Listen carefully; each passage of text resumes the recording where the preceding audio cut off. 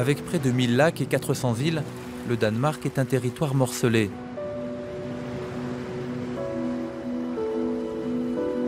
Depuis le Xe siècle, les rois résident sur l'île de Sealand, la plus grande du pays.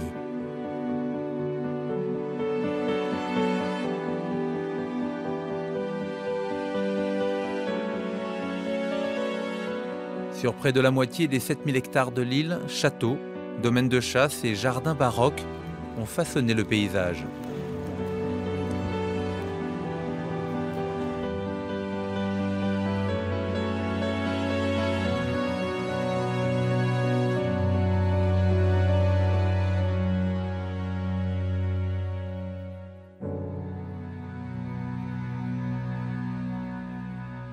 La monarchie danoise est la plus ancienne au monde à être encore en place. Ici, pas de révolution. Les Danois sont très fiers de leur roi, très fiers de leur reine. Alors évidemment, l'immense majorité du territoire national n'est plus la propriété de la couronne. Mais vous allez voir que les paysages au Danemark portent encore très largement la marque de cet héritage.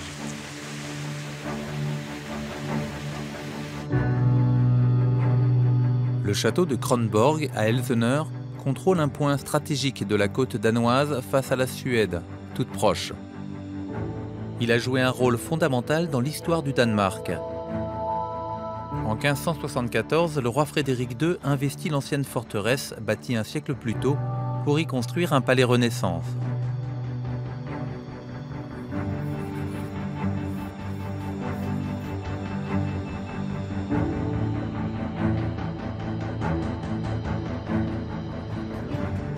Michael Nielsen est le responsable culturel des domaines royaux. Michael, la bande de terre qu'on aperçoit là-bas, c'est la Suède? Oui, c'est ça. C'est la Suède qui est là en face. Et ici, là où on se trouve, c'est le Danemark. La mer sépare la Suède et le Danemark. Là, c'est le détroit d'Øresund, qui est la porte d'entrée de la mer Baltique. Et c'est un détroit qui relie la mer du Nord et la mer Baltique. Oui, tous les bateaux qui passaient de la mer du Nord à la mer Baltique pour faire du commerce empruntaient ce détroit d'Øresund. Il y a 3 points de passage possibles entre la mer du Nord et la mer Baltique, mais celui-là est le plus fréquenté. Et ça, c'est un détroit qui a donc été contrôlé par le Danemark. C'est un contrôle qui avait une importance à la fois commerciale et stratégique. Oui, dans les années 1420 jusqu'en 1857, un droit de passage était demandé à tous les navires. Cela représentait des revenus importants pour le Danemark. Un navire qui refuse de payer, c'est-à-dire qu'on lui tire dessus gentiment. Non, je crois pas. En tout cas, c'était comme ça. Il fallait abaisser la grand voile en signe de respect au château de Kronborg et au monarque. Sinon, on envoyait des coups de canon en signe d'avertissement.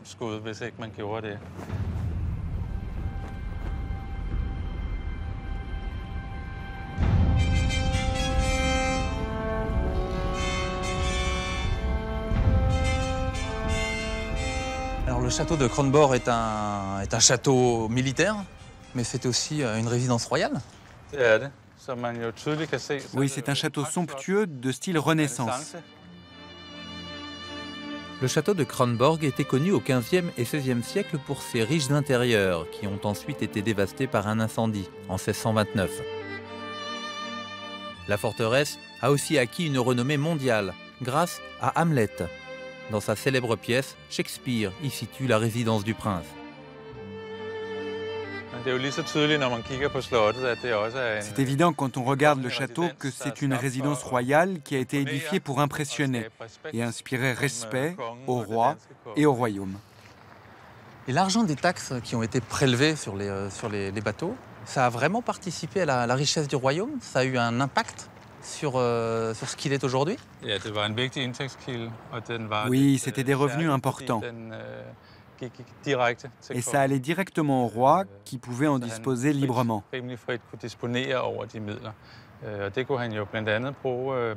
C'est aussi grâce à ça qu'il a pu financer notamment la construction d'autres châteaux et résidences, changer les paysages dans le nord de Sealand.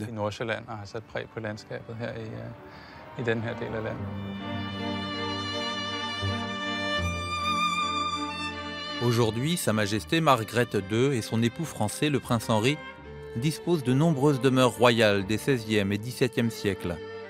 Un patrimoine qui s'étend sur quelques centaines d'hectares dans le nord de l'île. La splendeur de ces châteaux a beaucoup inspiré l'âge d'or de la peinture danoise au XIXe siècle. Casper Monrad est le conservateur du musée de la peinture d'État de Copenhague.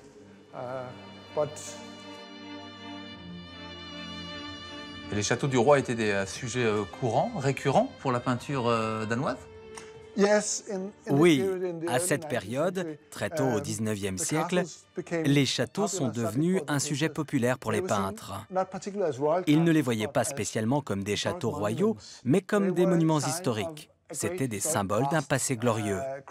Le château de Kronborg était considéré comme le fer de lance de l'architecture danoise. C'était une façon pour les artistes de montrer les châteaux dans la campagne environnante. Ils appréciaient l'unité entre des grands monuments historiques et les paysages qui étaient eux aussi des témoignages de notre histoire.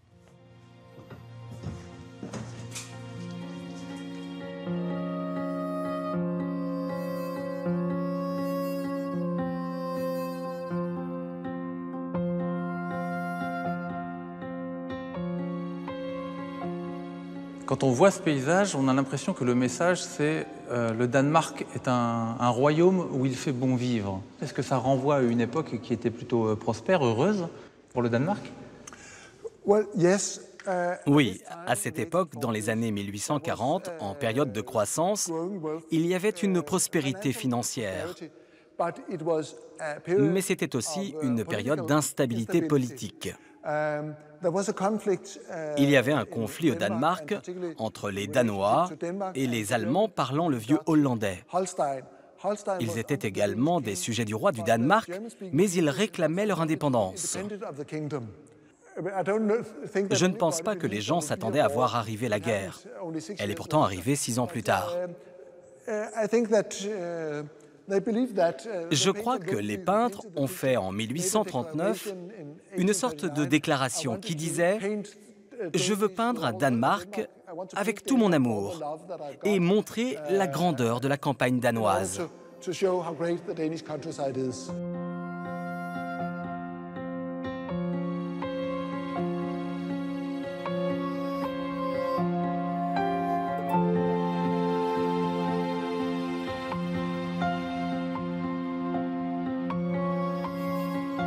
Les peintres danois ont fait des paysages sauvages leur sujet de prédilection.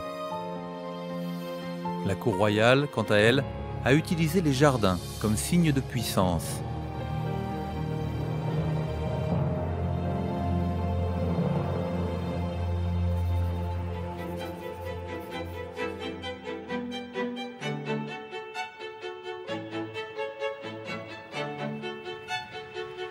Erik Westengard est conservateur en charge des jardins royaux de Frederiksborg. On a l'impression d'apercevoir des lettres dans les broderies du jardin, c'est le cas? Ça a un sens particulier? Oui, bien sûr. Le premier que vous avez derrière vous dessine un 4 et un F, l'un au-dessus de l'autre. C'est pour Frédéric IV qui a créé ce jardin en 1728. Et là, vous avez Christian VI, son fils.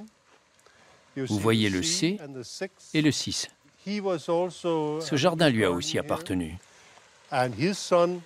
Et son fils là-bas, Frédéric V, il a aussi possédé ce jardin. Mais les rois suivants n'ont pas continué à s'en occuper. Le jardin s'est dénaturé d'année en année. En 1993, une fondation a financé la reconstruction du jardin. C'est pourquoi dans le dernier parterre, on voit les lettres de la reine actuelle, Margrethe II. Donc vous voyez exactement le même jardin que celui qu'a fait Frédéric IV à son époque.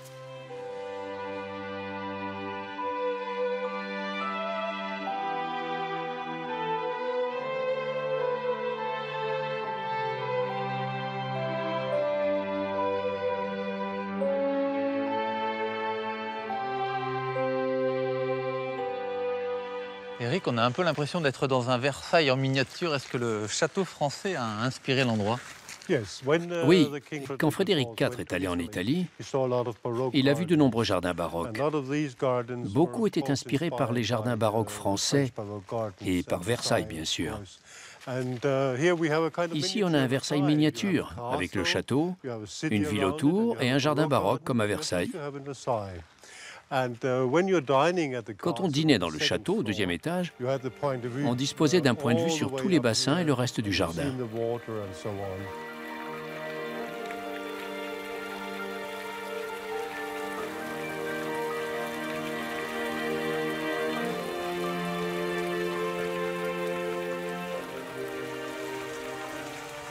Au Danemark également, les jardins ont ce sens-là de montrer la puissance du roi. Oui. Quand vous avez un jardin baroque comme celui-ci, ça montre la puissance du roi. Vous montrez que vous pouvez vous le permettre parce que c'est très cher de le construire, de le maintenir en l'état. Vous montrez aussi que vous avez su dominer la nature, que vous avez pu couper, tailler, que vous avez pu vous offrir un architecte pour dessiner le jardin. Cela montre vraiment que vous avez pu vous entourer des meilleurs scientifiques et jardiniers. Et bien sûr que vous avez l'argent pour ça.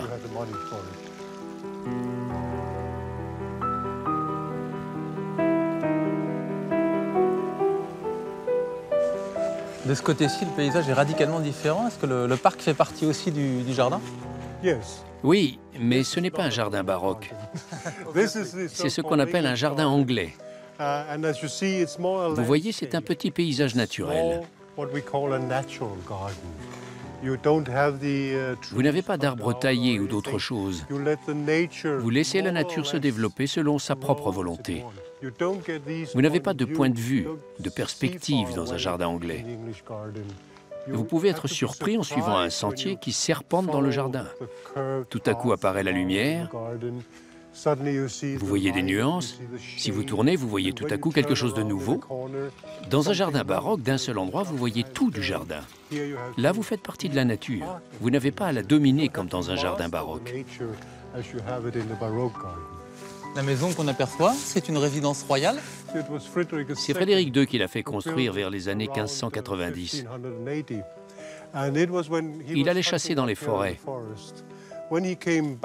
Quand il revenait au château, il passait d'abord par ce petit ermitage pour prendre un bain. Quand il était rafraîchi, il regagnait son château et reprenait sa vie de noble. C'est un endroit vaste pour prendre son bain. Nice place. It is.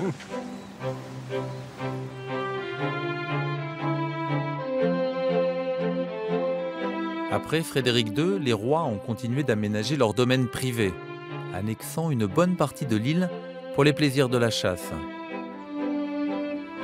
Aujourd'hui, il reste au centre de l'île de Sealand un parc de cervidés de 1000 hectares ouvert au public, à l'exception des jours de chasse royale. Toby Christiansen en est le responsable. Tout le parc, les 1000 hectares, en fait, sont dessinés, sont organisés autour de la chasse et pour la chasse. Exactement. On se trouve au milieu de la croisée des chemins. D'ici, les routes partent comme les 5 branches d'une étoile. Les routes ont été précisément tracées pour la chasse à courre. Vous pouviez organiser la chasse à courre, vous pouviez savoir où vous étiez, vous pouviez suivre les cerfs et les chiens sur les routes autour de vous. Et ce système de routes, tracé pour la chasse à courre, forme un réseau jusqu'au nord de l'île, jusqu'à Frederiksborg. Donc, le goût de la chasse de Christian V va changer les paysages de cette partie du pays. Il a aménagé tout le nord de Sealand pour sa chasse à courre.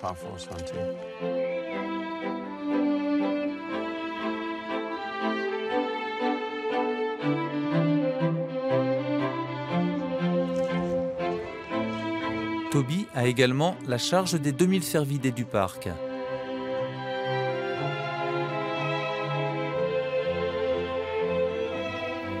Et le contrôle de la population de tous ces cervidés, a pour objectif de garder le paysage, c'est ça? De maintenir le paysage tel qu'il est?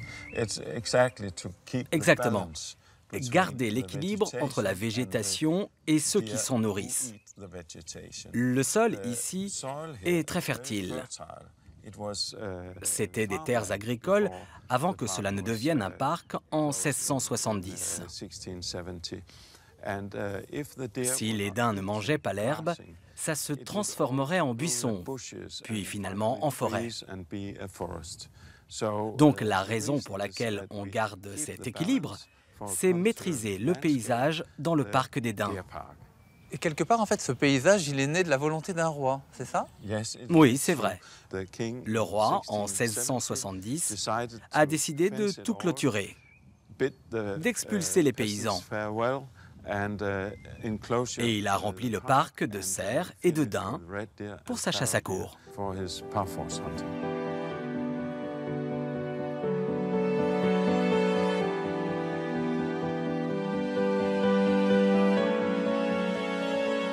Les forêts sont une source de richesse pour le roi qui contrôle le commerce du bois. Mais dans le nord du pays, c'est pour lutter contre l'ensablement des terres qu'il fait planter des arbres.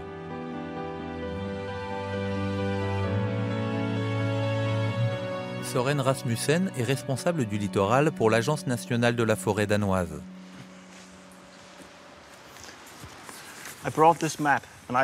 J'ai apporté une carte pour vous situer où on est. On est dans la partie nord de Sealand. Voilà où on est. On a le nord dans cette direction. Cette carte date de 250 ans environ. Les taches vertes que j'ai rajoutées correspondent aux forêts telles qu'elles sont aujourd'hui. Et quand vous regardez la carte ici, c'est marqué « sable volant ». Ailleurs sur la carte, dans la partie nord de l'île, vous pouvez voir des forêts, des villes, mais là, il n'y a que du sable volant. Avant, il n'y avait rien, que du sable.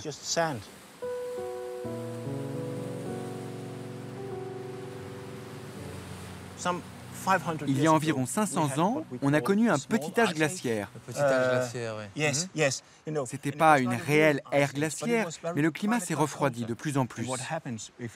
Et ce froid a augmenté la glace sur les pôles et fait baisser le niveau des mers. Donc ce sable s'est retrouvé à l'air libre et il a commencé à voler. Le vent a poussé le sable à ce moment-là?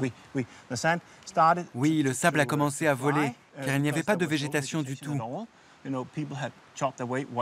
Les gens ramassaient le bois pour leur four, pour faire du feu.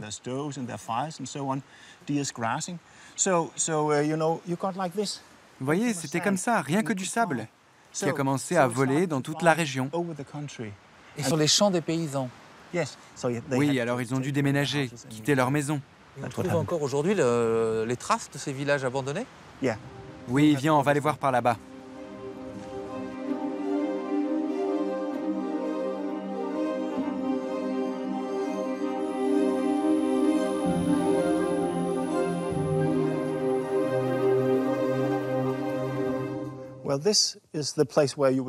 Voilà, c'est la porte d'entrée de la maison.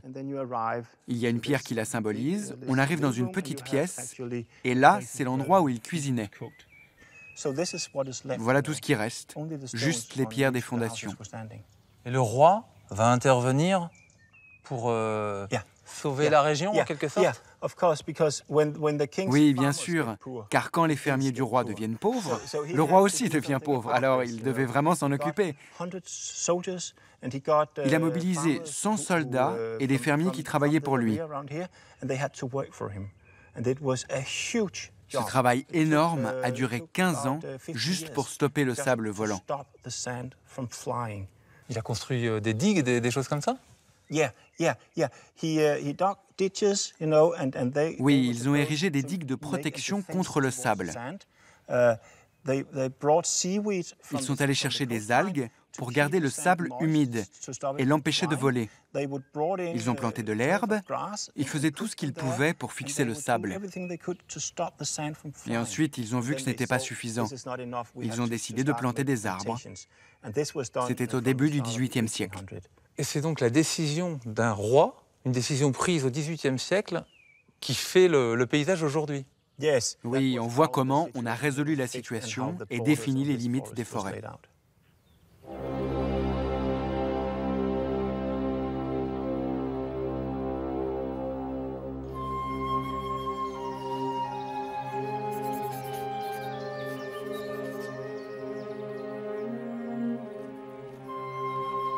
Dans certaines parties de la forêt, les arbres plantés à l'époque sont encore debout, mais ils ont adopté des postures étranges.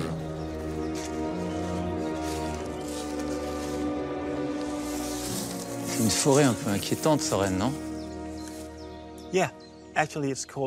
Oui, on l'appelle la forêt des trolls, à cause de la ressemblance des arbres avec les trolls.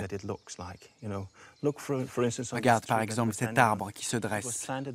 Il a été planté là il y a 200 ans. Regarde la forme qu'il a prise. Il monte, il descend, complètement emmêlé avec ses branches qui repartent dans le sol à nouveau et qui repartent ensuite.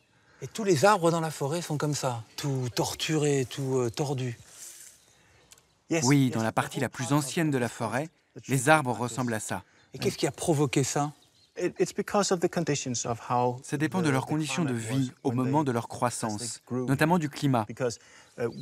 Quand ils ont été plantés, il n'y avait que du sable. Ils ont donc été exposés au vent. C'est pour ça qu'ils forment un couloir vers la côte, car le vent les a forcés à grandir comme ça. Ils ont été attaqués par des insectes, des daims et par les herbes, car c'était la seule chose qui poussait ici.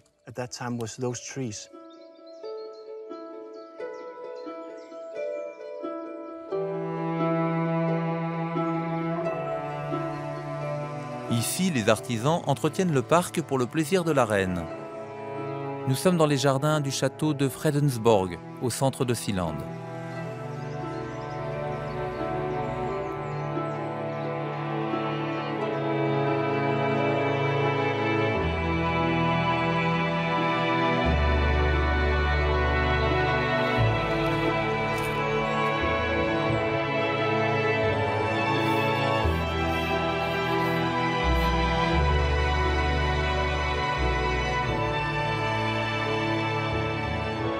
Selon la tradition initiée par Frédéric IV qui a fait construire le château en 1720, la reine et son époux séjournent ici chaque été.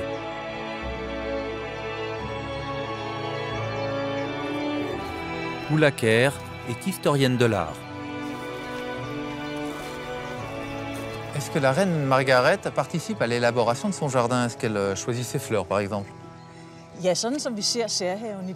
Oui, ce jardin est né de la volonté de la mère de notre reine. Elle voulait un jardin très simple. Elle a fait enlever des arbres pour créer des espaces. Et elle a rajouté des couleurs avec des rhododendrons et d'autres plantes. La reine-mère s'est beaucoup intéressée à ce jardin qui a traversé les générations.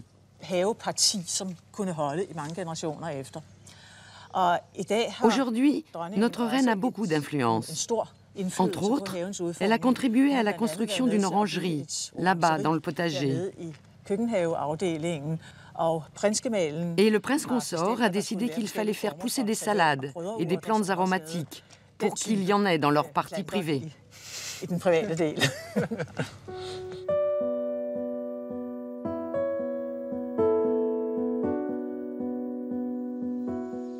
Et en dehors des domaines qui sont la propriété personnelle de la couronne, est-ce que le roi, la reine aujourd'hui, ont encore une influence sur les paysages? Dans le reste du Danemark, la reine n'a pas une véritable influence sur les paysages, même s'ils changent au fil du temps. Les paysages que nous avons ici, au nord de Sealand, sont marqués par les décisions prises par les rois et les reines pendant des siècles. Ils ont pris soin de composer des paysages selon leur royale volonté.